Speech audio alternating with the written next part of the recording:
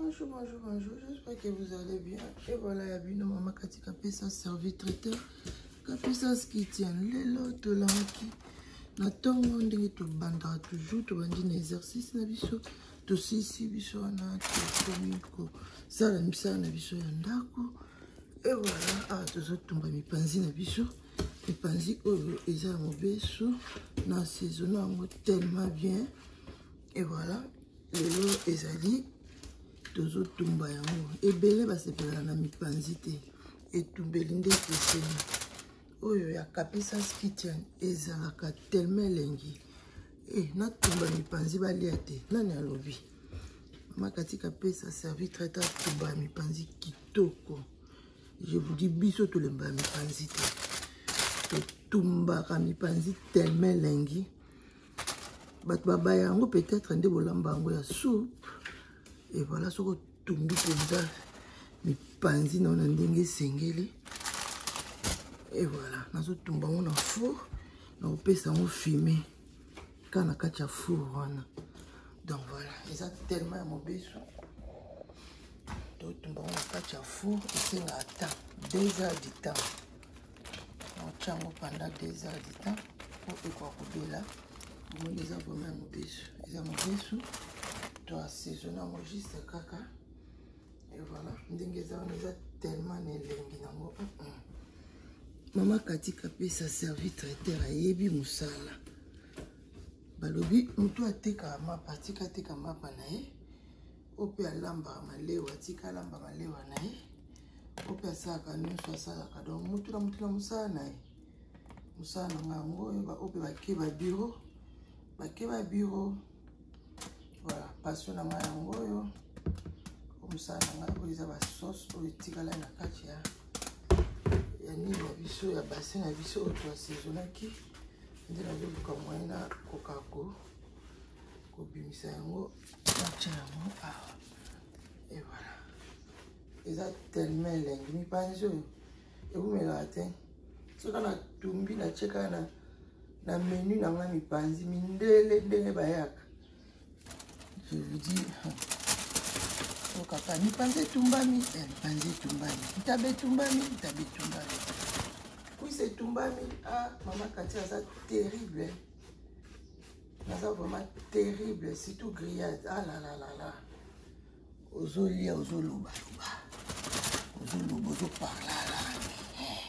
Et puis parla là. Ozolia, ozo parla là. Et puis c'est qui n'a ndingi wana. Oui, c'est la grillade, c'est tout ça, là, c'est les panzi.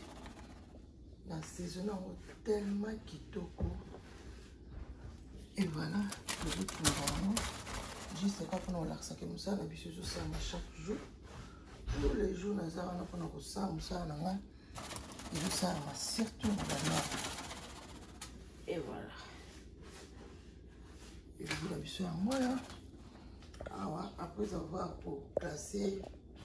Mi panzi na biso boye toujours côté on se qu'on a four et puis on peut ça en fumer. On peut ça en fumer et robela quand ndenge za bo so ki ebeli na kolakisa bino ndeni to koma na suka ya élément na biso. Voilà. Mi panzi o assaisonner ngo vraiment très bien. Donc dans une façon na assaisonner biloko et voilà. O yanga na assaisonner ngo na ndenge on a assaisonner boye. De la assaisonner boye. Yo pe okoki ko assaisonner yo opesi goût na yo eza mabete. Et voilà ndenge za boye allons la glove s'il vous plaît. Voilà ndenge za boye ndenge za boye tout côté on a four. Après avoir côté on a four tout ça 2 heures du temps pour bloquer la monsieur bela très bien et ça mon beso na zo insister bien.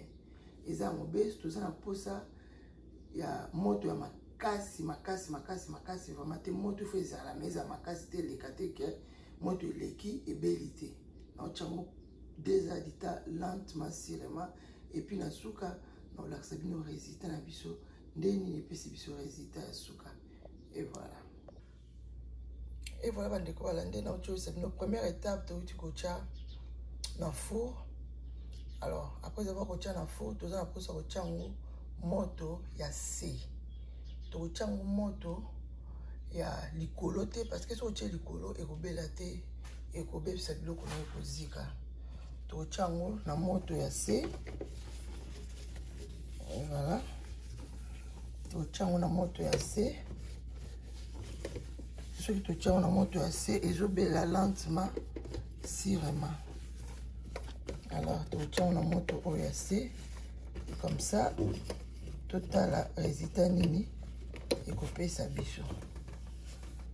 Voilà. Tokotia na moto ya se. Moto ya se toza na bec awa. Na fini wana. Na ye awa na star. Na fini na star. Omoni epesi biso ke moto totie eza moto ya se. Alors. Nathan totie moto ya se boye toza na posa ko fixer minute. Toza na posa ko fixer minute. Ah, toza na 355 degrés.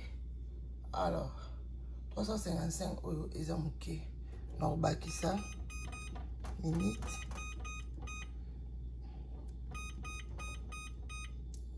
Na commission on a 425 degrés.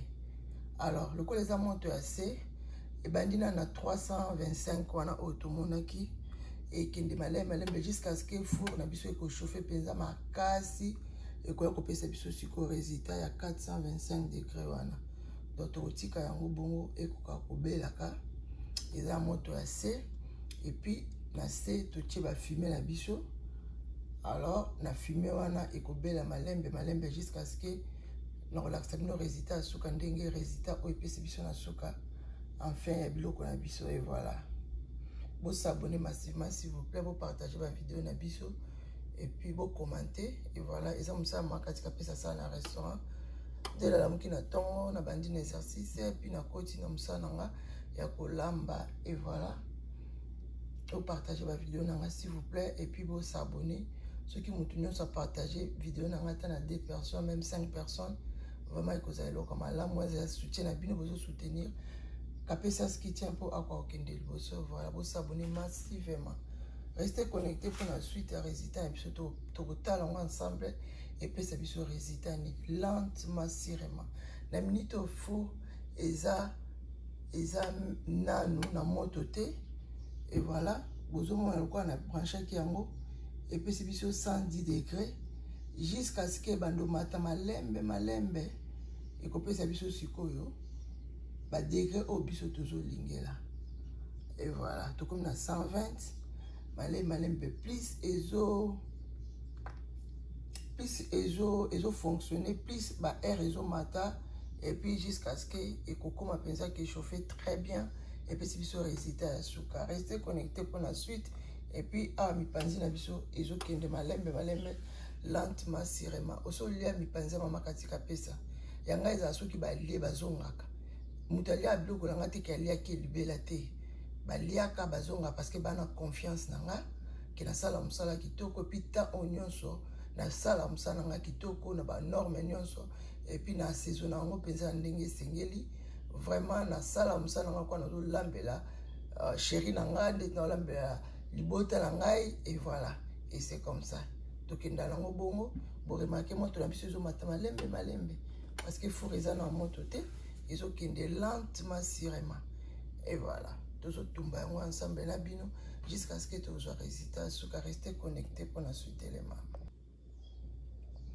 et voilà tout comme il y a 210 ndene saki bino plus ezo chauffer plus bas degré ezo mata et voilà tout comme na 210 donc ils ont kende malembe tina suka tango chauffer très bien et ko koma la ba degré on a attaqué à 420 wana ndezali final ezali suka po biloko na biso ebela plus ezokende malembe boy plus ezobela muke ezolongola makila wana malembe tout comme na 230 vraiment ezokende fast ezokende vraiment rapide ezokende bien et voilà toujours wana toujours tozolandela ngo voilà ndenge ezokende bien siko nazo fixer ba air nanga pona koyeba voilà.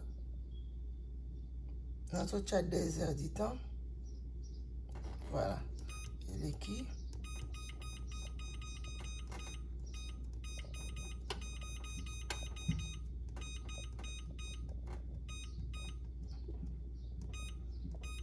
Voilà.